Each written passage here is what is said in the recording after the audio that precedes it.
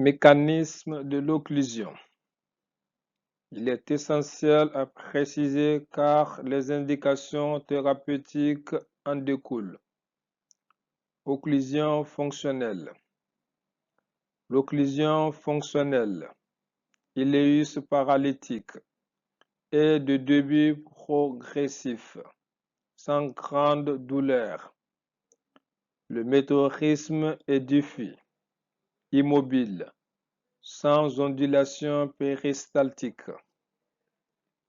La radiographie sans préparation montre une distension intestinale globale, intéressant à la fois le grêle et le côlon. Un lavement topaque montrerait le côlon libre de tout obstacle. La paralysie intestinale peut succéder à des causes très variées. Foyers infectieux intra-abdominales, affection rétropéritonéale, hématome, blocage de calcul dans l'urétère, etc.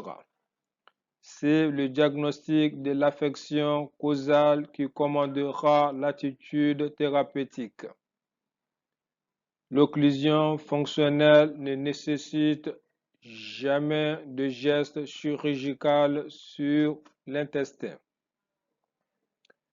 Un cas particulier, la distension extrême de tous les cadres coliques, syndrome d'Ogilvie, qui nécessite souvent une aspiration par coloscopie.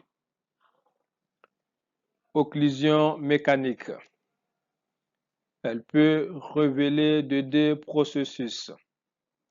Strangulation.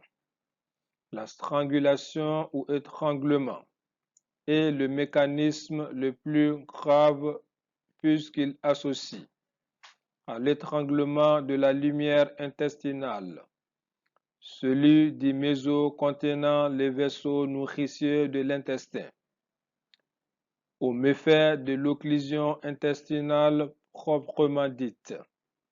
Se rajoutent les risques de sphancelle intestinale par nécrose ischémique.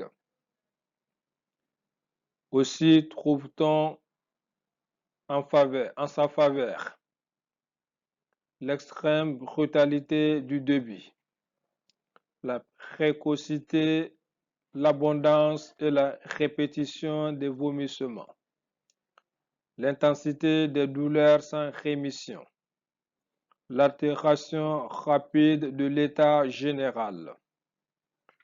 L'examen de cet abdomen peut météoriser s'efforce de trouver l'anse, volvulé ou étranglé, sous forme d'un ballon élastique, douloureux, asymétrique, tympanique, inerte, sans mouvement péristaltique, signe de von Wall.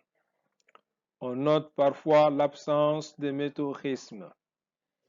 Ventre plat. Le toucher rectal ou vaginal peut éveiller une douleur de Douglas, témoin d'une réaction péritonéale due à un épanchement séro-hématique par exsudation. La radiographie, lorsqu'elle montre une anse en arceau, unique, isolée, avec deux niveaux liquides au pied de l'anse, est en faveur d'une strangulation. Obstruction. L'obstruction ou obturation a pour caractéristique début assez progressif des douleurs qui n'évoluent pas d'une seule tenue. Fréquence relative dans les antécédents de crises de coliques intermittentes terminées par émission de gaz. Syndrome de Koenig, des sténoses progressives de l'intestin. Altération moins rapide de l'état général. métaurisme habituel plus souvent diffus que localisé, encadre dans les occlusions coliques, central dans les occlusions du grêle, animé de contractions péristaltiques spontanées ou aisément provoquées, à l'auscultation, un élément majeur du diagnostic, bruit de glou-glou, particulièrement net quand l'intestin lutte. Radiologiquement, la multiplicité des niveaux liquides étagés plaide pour l'obstruction. En fait, ce ne sont là que des schémas qui peuvent être pris en défaut.